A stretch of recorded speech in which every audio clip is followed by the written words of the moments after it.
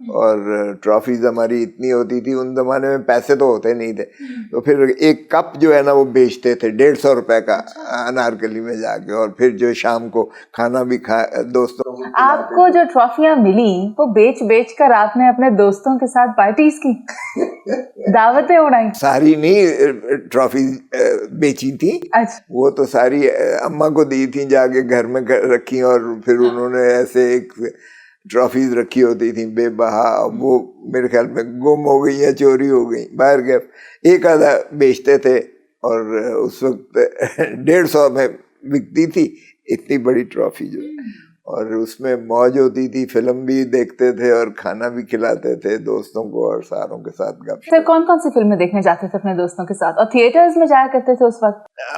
Theatre کے علاوہ movies, اس وقت انڈین موویز بھی دیکھتی تھیں, دیدار, انداز, یہ بڑی کلاسک قسم کی موویز ہوتی تھی. سانگز بھی اس میں بڑے زبردست ہوتے تھے, اور بھجن بھی ہوتا تھا, اور بڑے کلاسک قسم کے ہوتے تھے. ایک ابھی بھی مجھے یاد آتا ہے کہ وہ کہتی تھی, ایری میں تو پریم دیوانی موہے درد نہ جانے کوئی, نہ میں جانوں پریم کے بندھن, نہ پوجا کی ریت. واہ سے واہ, بہت خوب. آپ کو تو ابھی بھی یاد ہے, اور سر کے ساتھ یاد ہے؟ اس لیے کہ وہ یہ باتھ روم سنگنگ ہوتی ہے, یہ تو پھر آپ کو پتہ ہی ہے کہ بچپنا تو کبھی نہیں بھولتا. سر ویسے آپ ابھی بھی باتھ روم سنگنگ کرتے ہیں؟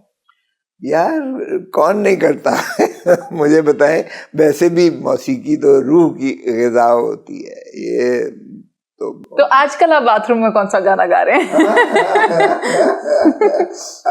اب آپ نے شروعات ہی کر دی ہے تو. سر کون سا چل رہا ہے آج کل؟ نہیں آج کل تو ماڈرن. سر کوئی ترانہ تو نہیں ہے؟ ترانے تو خیر وہاں ہم روز سنتے ہیں, نیشنل اسمبلی میں شروعات ہی ترانے سے ہوتی ہے, لیکن یہ موسم کے حساب سے, تغیر کے حساب سے چلتا ہے. گلوں میں رنگ بھرے باد نو بہار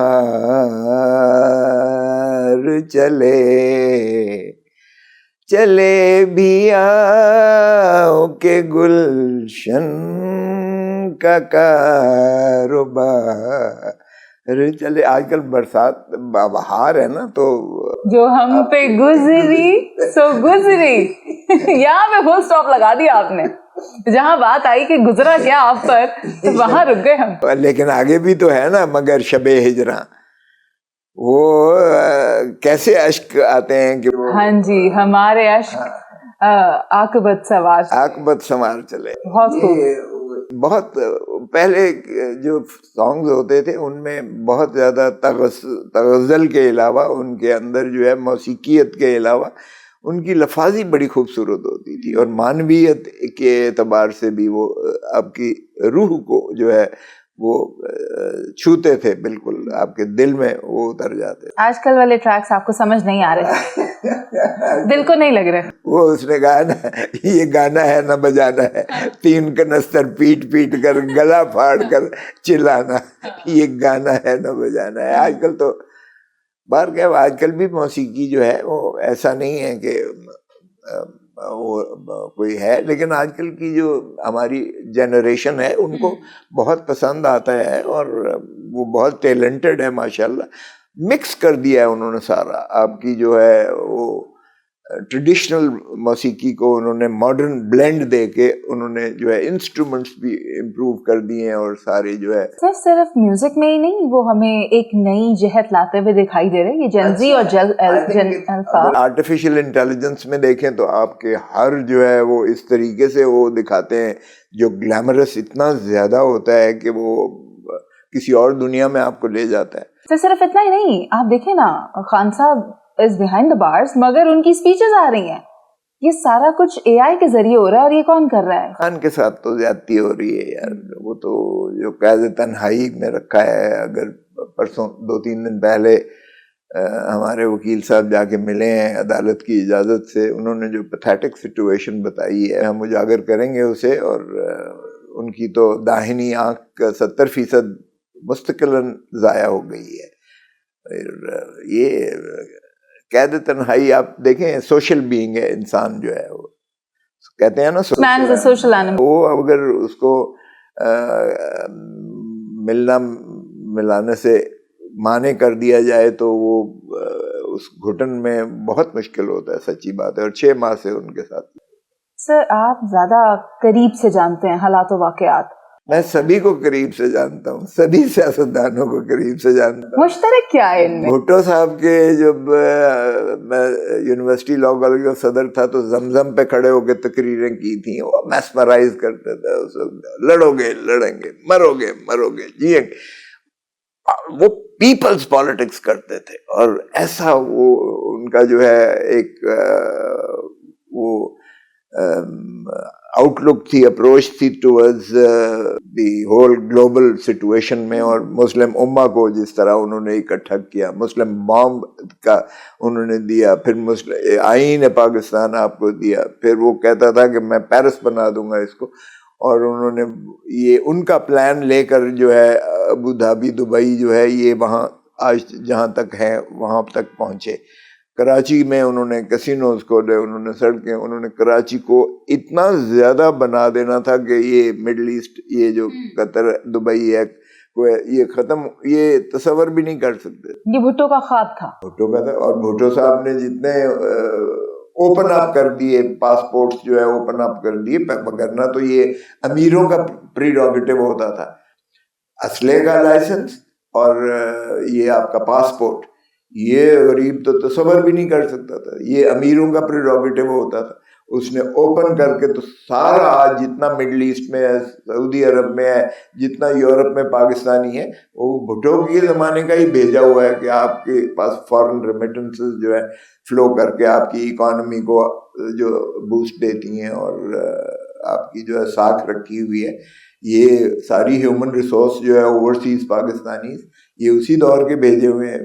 انہوں نے پھر ظاہر ملٹیپلائی کیا, ان کی نسلیں آگے کو پھیلی, انہوں نے اپنے عزیز و اقارب کو ساتھ بلا دیا, اور پھر انہوں نے جو ہے جو بھی کماتے تھے, دل ان کے پاکستان میں اب بھی ہوتے ہیں, اور وہ وہاں سے کما کے یہاں بھیجتے تھے. سر مسلم امہ کو اکٹھے کرنے میں جو کردار بھٹو صاحب کا رہا ویسا دوبارہ کبھی ہو نہ سکا, اور یہی وجہ بھی بنی کہ اس کے بعد ہمیں ذوالفقار علی بھٹو جیسے کوئی قائد نظر بھی نہیں آئے جو پوری مسلم امہ کو اکٹھا کر سکتے.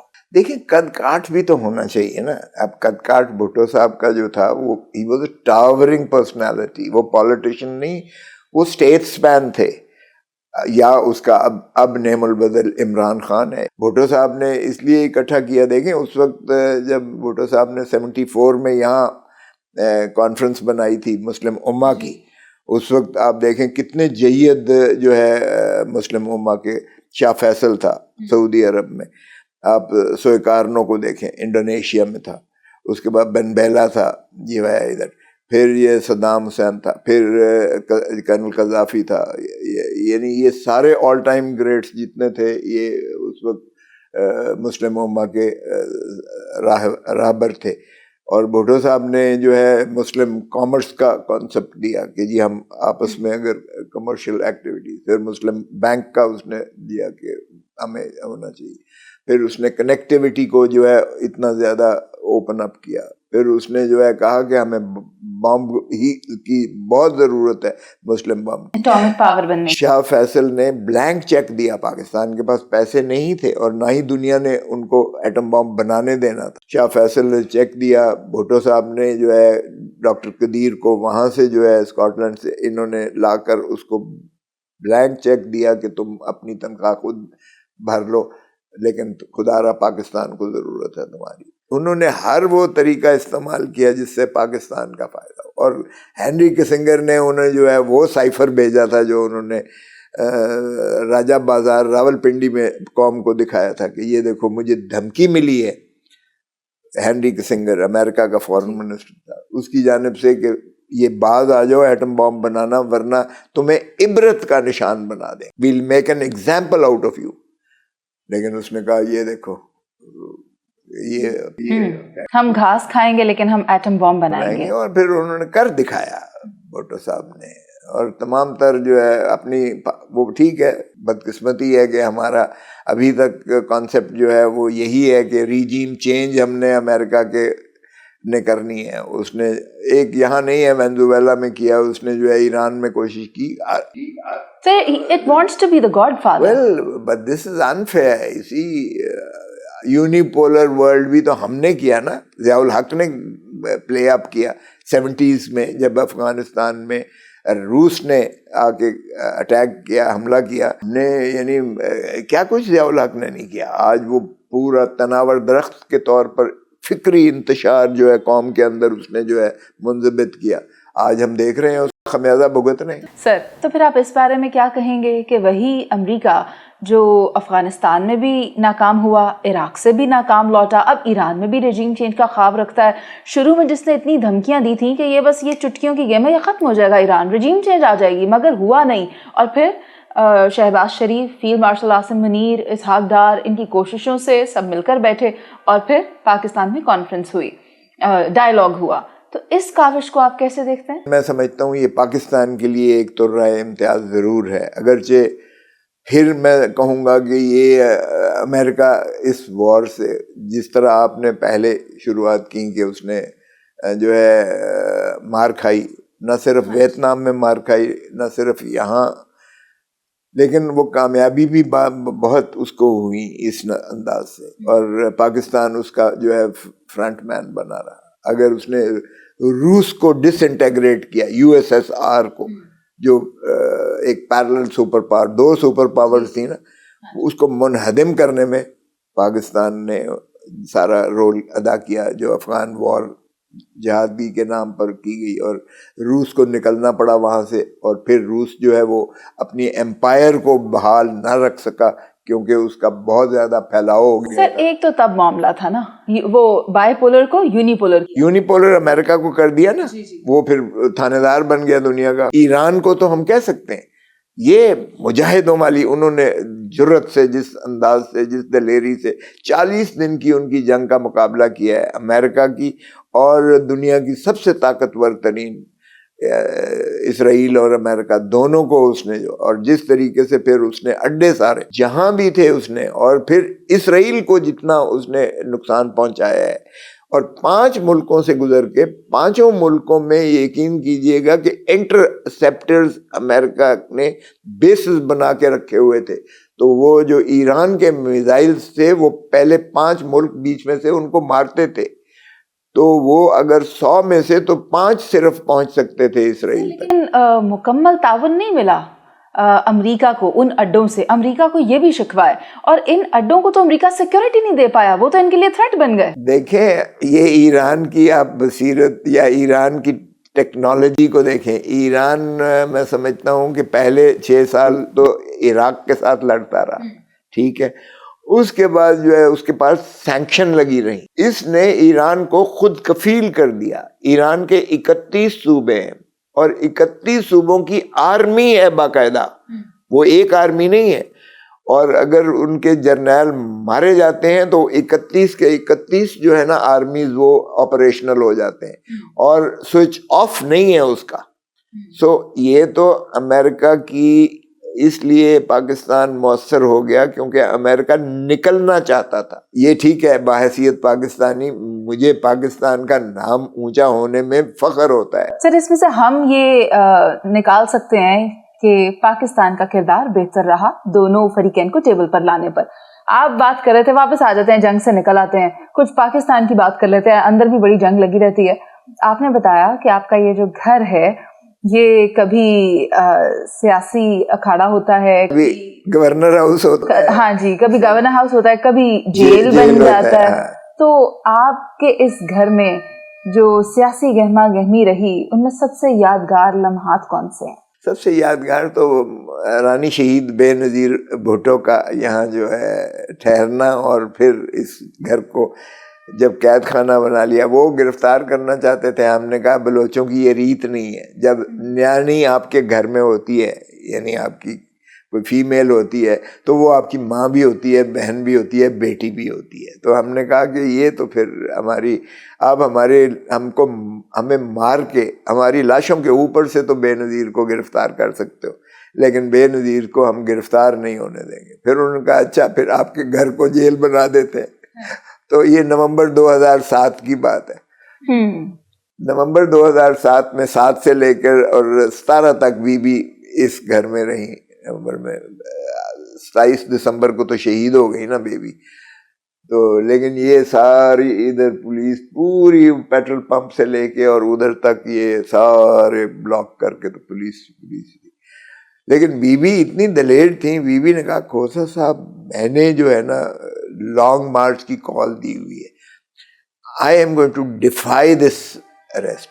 تو میں نے کہا بیوی چلیں ہم آپ کے ساتھ ہیں. یہاں 200-250 بندہ وہ بھی قید ہو گیا, اور مخدوم امین فہیم مرحوم بہت ماشاء اللہ عزت دار محترم چیئرمین اب جو ہے یوسف رضا گیلانی صاحب, وہ اور شاہ محمود قریشی صاحب, وہ بھی رحمان ملک مرحوم ہوا کرتے تھے. ناہید خان ان کی بہت معتمد تھیں, صفدر عباسی تھے.